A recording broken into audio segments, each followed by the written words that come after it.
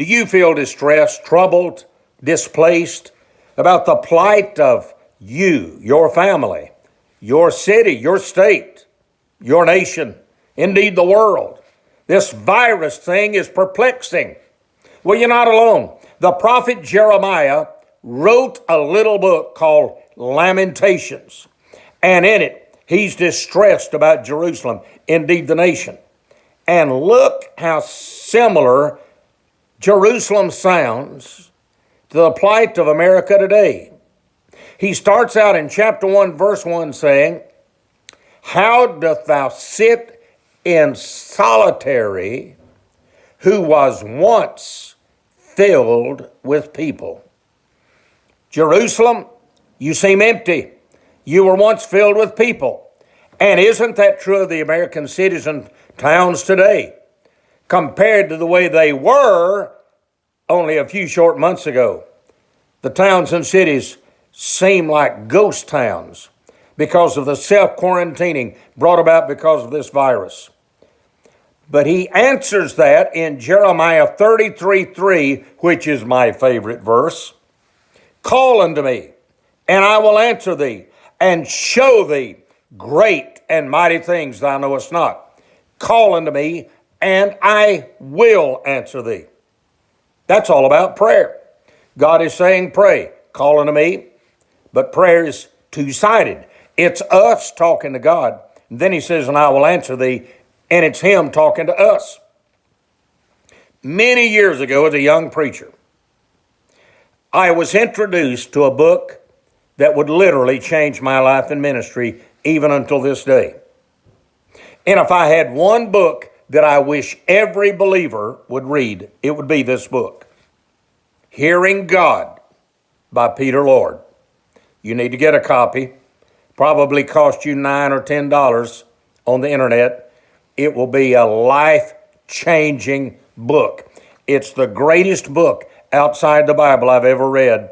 And if I had to give all of my books away and only save one, I would save this one, Hearing God by Peter Lord. Well, who was Peter Lord?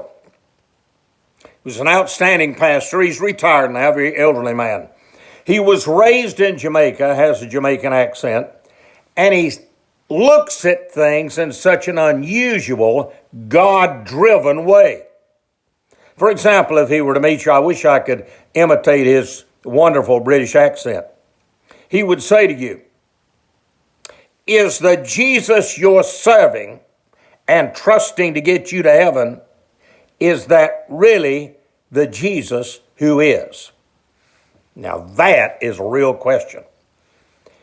Is the Jesus you're serving and trusting to get you to heaven really the Jesus who is? He will also say something like this. You know, when you die, there's going to be eternity somewhere. So I want to ask you a question. If you had a choice between heaven with all of your friends and loved ones well and happy for all eternity, including yourself, everybody's well and happy, all the people you love, and you have a choice of heaven or hell or your hometown, be honest. Which of those would you choose? And then he'd kind of laugh and say, most people, if they'd be honest, if they could live in a place for all eternity in good health with all of their friends and loved ones in good health, they would probably choose their hometown. It's not that they really want to go to heaven. They just don't have another choice. And they know that they don't want to go to hell.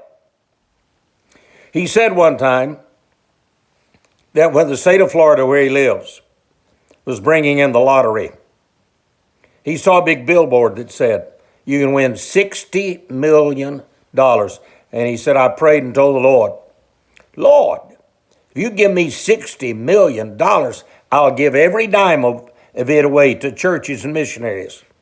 And he said, and the Lord spoke to his heart and said, Peter, if gold would have saved the world, I wouldn't have sent my son to die.